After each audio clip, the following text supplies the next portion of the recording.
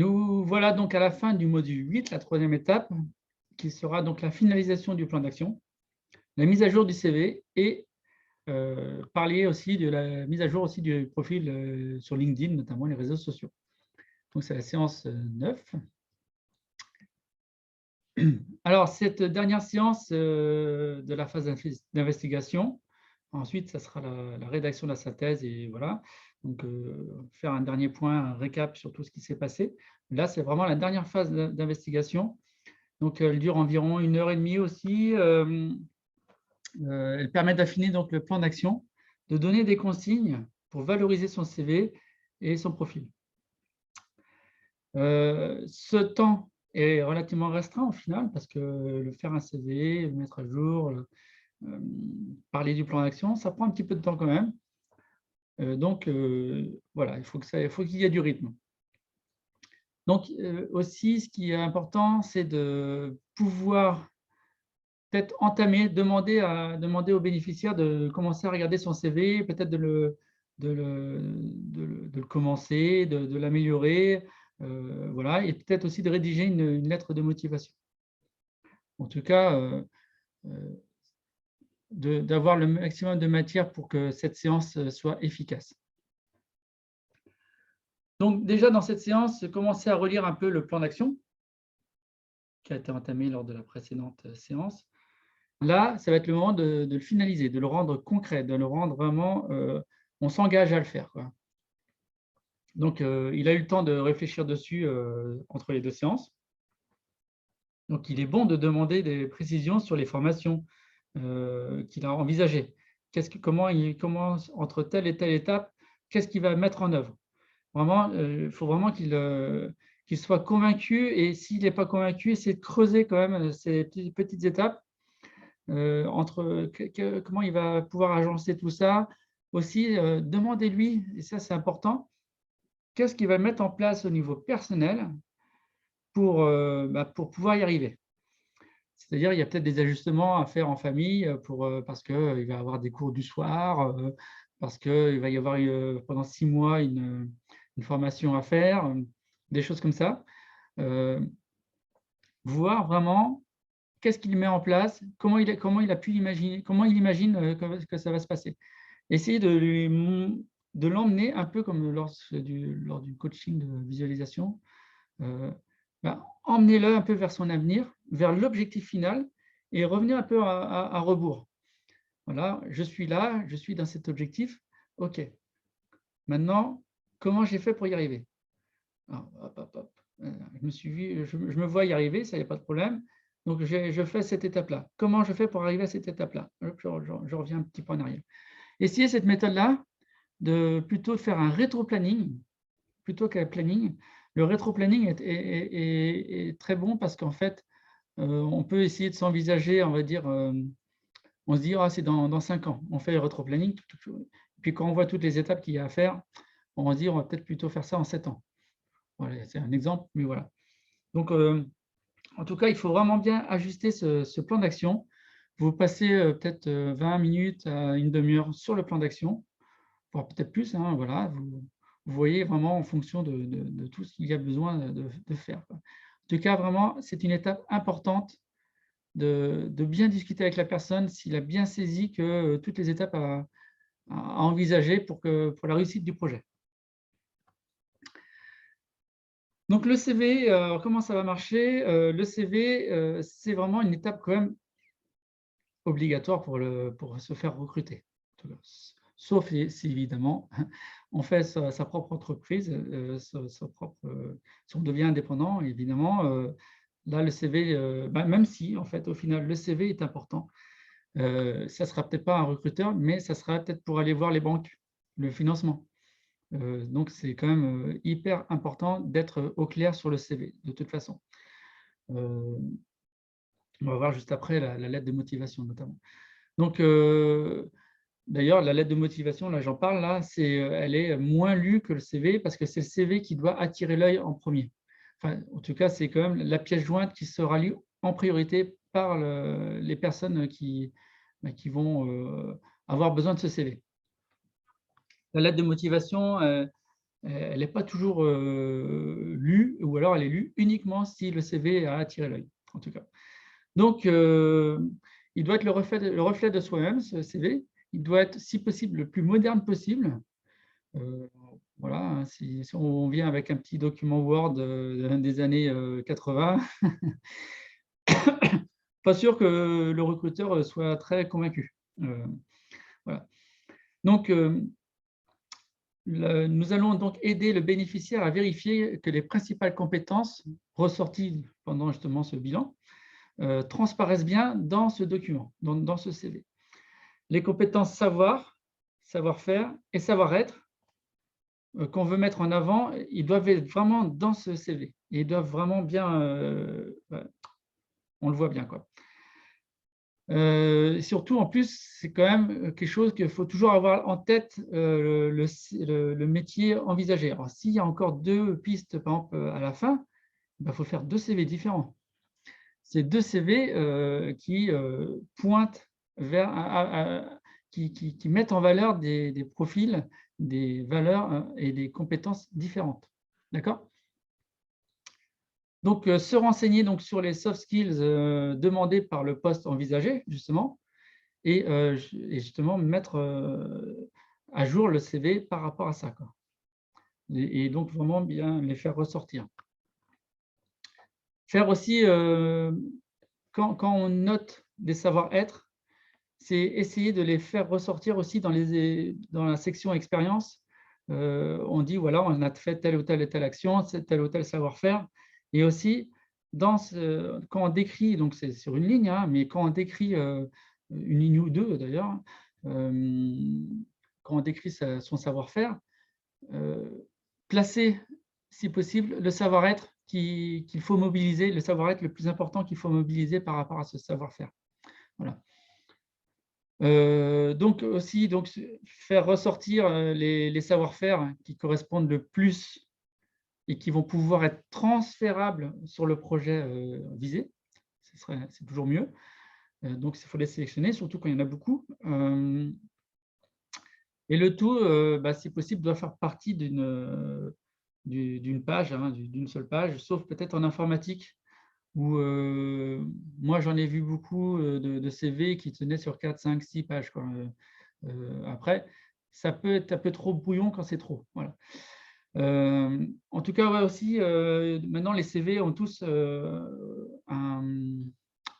on va dire une section profil, une section, on va dire, qui se décrit, on va dire, qui permet justement de remplacer un petit peu la lettre de motivation. Voilà. La lettre de motivation, elle sera lue uniquement, effectivement, déjà, si cette petite partie, si ça t'accroche, qui est donc dans le CV, si cette accroche est bien pertinente, on ira voir plus loin. Donc voilà pour mes conseils sur le CV. Je vais vous donner d'autres conseils aussi. Donc, le bénéficiaire donc, a maintenant tous les éléments pour mettre facilement à jour son CV grâce à toutes les compétences qui ont été identifiées tout au long des séances. Voilà. Donc, pour faire un CV moderne, là, comme j'en parlais tout de suite sur le slide précédent, pour faire un CV moderne, on peut le faire sur Word, bon, pourquoi pas. Mais maintenant, il y a quand même des outils très faciles à prendre en main, on va dire, sur Internet. Et je vous en ai mis quelques-uns. Là, ce sont juste des exemples. Vous prenez ce que vous voulez, et puis ça évolue beaucoup. Voilà. En tout cas, si vous en prenez un, essayez de le tester avant. Et vous pouvez très bien le faire en séance. Voilà. Si vous avez normalement toutes les données, en tout cas, vous pouvez commencer à l'entamer en séance. Parce que sinon, la personne, des fois, bon, si elle n'est pas très à l'aise avec l'informatique, elle va avoir du mal à se lancer, elle va avoir un peu peur. Donc, rassurez cette personne-là en initialisant, en commençant le CV avec lui. Et souvent, ce sont des CV qui sont en ligne, gratuits, qui sont payants si on veut des choses un peu plus jolies, tout ça. Ce n'est pas toujours nécessaire. En tout cas, voilà, s'il veut mettre plus cher, s'il veut mettre voilà, une version premium pour faire quelque chose de plus sympa, c'est vrai que des fois, c'est peut-être juste 5 € pour aller plus loin. Ça peut être carrément valable d'investir sur 5 € pour pouvoir avoir quelque chose qui tape à l'œil, quoi. Ça peut être aussi vraiment un bon investissement. En tout cas, voilà, commencer le CV avec lui pour faire quelque chose qui le booste et qui lui permette de bien se lancer. Ça peut être fait sur la séance précédente un petit peu pour lui montrer justement ces quelques sites qui font des CV. Voilà.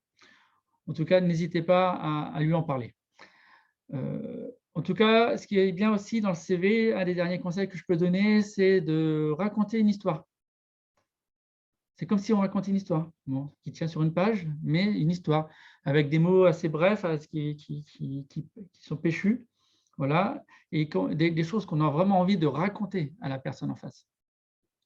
Ce sera déjà ça de gagner et qui déclenchera l'envie de vous contacter pour faire un entretien.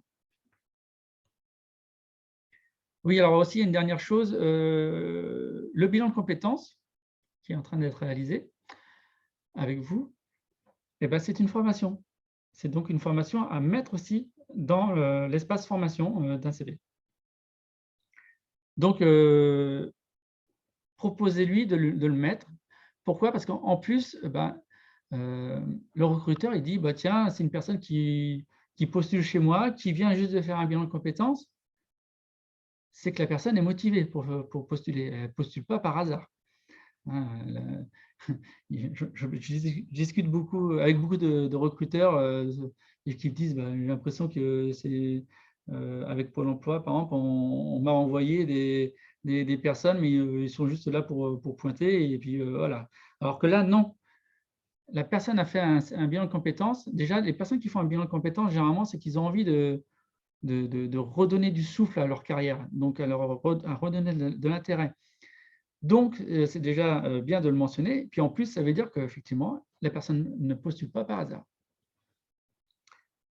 Ensuite, quelques conseils sur la lettre de motivation. Comme je disais, bon, c'est une lettre qui est lue seulement si le CV est déjà bien punchy. Un exemple aussi donc, de lettre de motivation est disponible en pièce jointe dans ce module, hein. Vous pouvez vous en inspirer. Alors moi, je donne quelques conseils. C'est vu que le bénéficiaire a fait un bilan de compétences, il faut encore insister dessus. Voilà.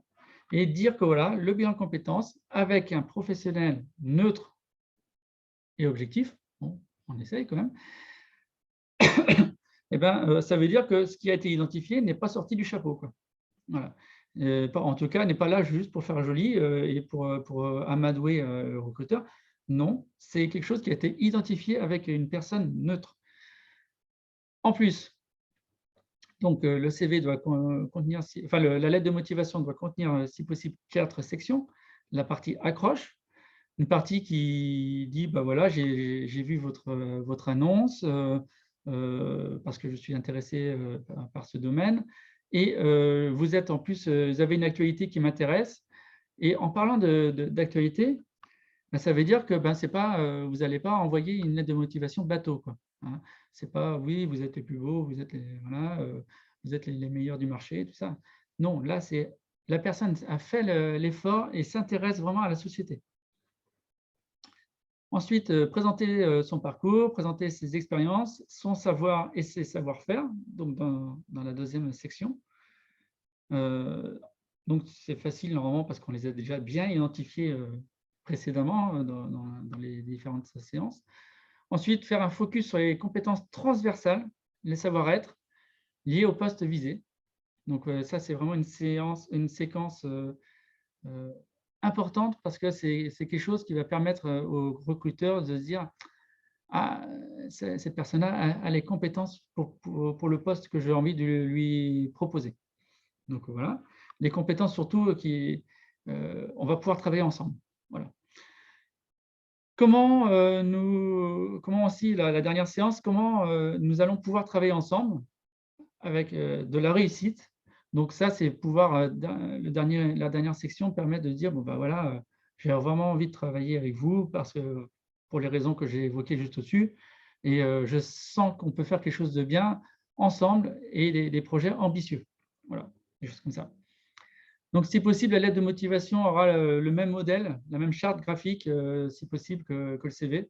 Comme ça donne un peu plus de cohérence. si possible. Alors, il faut savoir aussi que les lettres de motivation, donc souvent maintenant, elles sont de plus en plus envoyées par mail, hein, oui. C'est soit par des formulaires sur le site internet, soit par mail. En tout cas, euh, elle peut être directement mise dans le corps du mail, quoi, hein. Il n'y a pas de problème. Ça évite d'ouvrir une pièce jointe. Voilà. Ensuite, on va finir sur l'entretien d'embauche. L'entretien d'embauche, écoutez, c'est après, évidemment, le CV, après la lettre de motivation, on y arrive, hein. Il faut donc se préparer et préparer le bénéficiaire. Donc, il faut lui faire un petit topo sur comment ça peut se passer et comment ça doit se passer. Normalement, la personne que vous avez accompagnée est bien reboostée à la fin du bilan de compétences.